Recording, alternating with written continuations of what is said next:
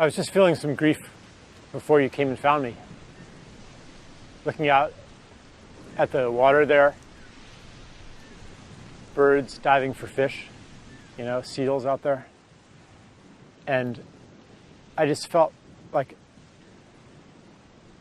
such sadness that there are fewer of them than there used to be, and someday there may be none, you know? And I thought, how important is it to me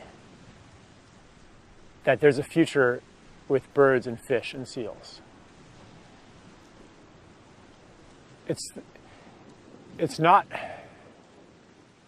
that I'm worried about my future. It's not that I'm worried about, you know, will I survive in a planet where the biosphere is dead. It's because it's just, it hurts what's happening. As soon as I am in contact with beauty, the second thing that comes, usually, is pain. And I think it's almost a conditioned response from having had that beauty crushed. When I was younger, the world that surrounded me was still very much the familiar old story that told me how to live a life. You know, you study hard, you get good grades, you get a good job, you make wise investments. And to repudiate that was very audacious. We live in a very, very brutal system. You know, not only brutal toward those that we can easily see as victims, but equally brutal toward the perpetrators. Otherwise, how would they become the perpetrators? You know, what has to happen to a human being for them to do the things that people do to each other?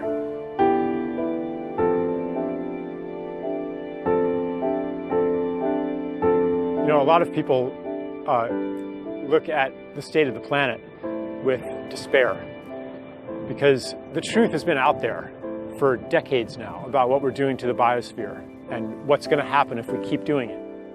And it looks like the surveillance state and the military-industrial complex and the concentration of media and all that stuff is just, you know, stronger than ever.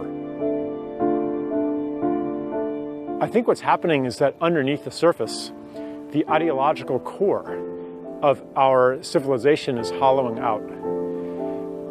The elites no longer believe their own ideology. They're just going through the motions. Everyone participates, but nobody believes.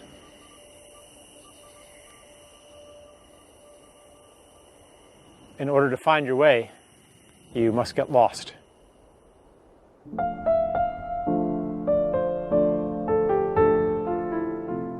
There's a vast territory between what we're trying to leave behind and where we want to go. And we don't have any maps for that territory. People are always talking about how do we create a movement? How do we turn our organization? How do we transition it from an organization to a movement? This is not something that one can do.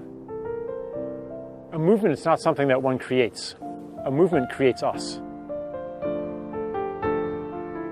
What we know how to create is based on a knowledge of creation, a knowledge or an understanding of cause and effect that's part of the old story. We can't limit ourselves to the understandings that we have already. We have to step into the unknown, which really means stepping into service, stepping into the gift, stepping into the thing that can happen that's outside of ourselves, that we don't know how to make happen. Because we have to believe in a more beautiful world in order to serve it.